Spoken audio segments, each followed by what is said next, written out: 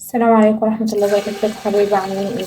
هنعمل دلوقتي معاكم مطبخة بطريقة جديدة ان شاء الله تعجبكم بإذن الرحمن. عندي حوالي نص كيلو لحمة مقطعة مكعبات صغيرة. هنزل فيه كده بحطيت في الحلة معلقتين سمنة مع معلقتين زيت، وهقلبها لغاية ما تاخد تشويح. بعد كده هنزل باللحمة المفرومة،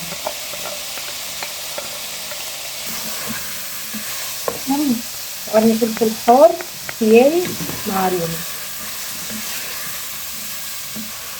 ونص معلقة توم مفروم. بس عشان انا كنت مفرزة بس. بعد كده هنزل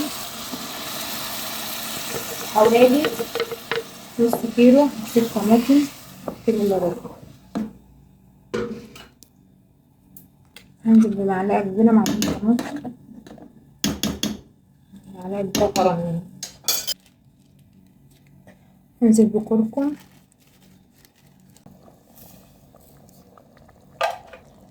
معلقة سكر،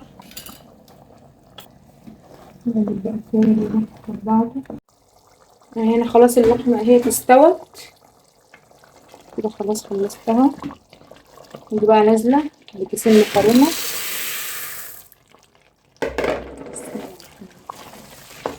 كده.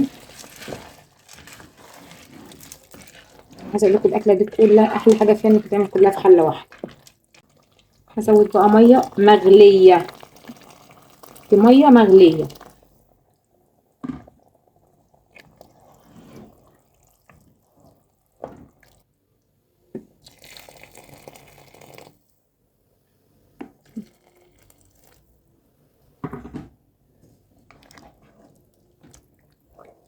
بس عشان المكرونة هنا خلاص كده خلصتها اهي.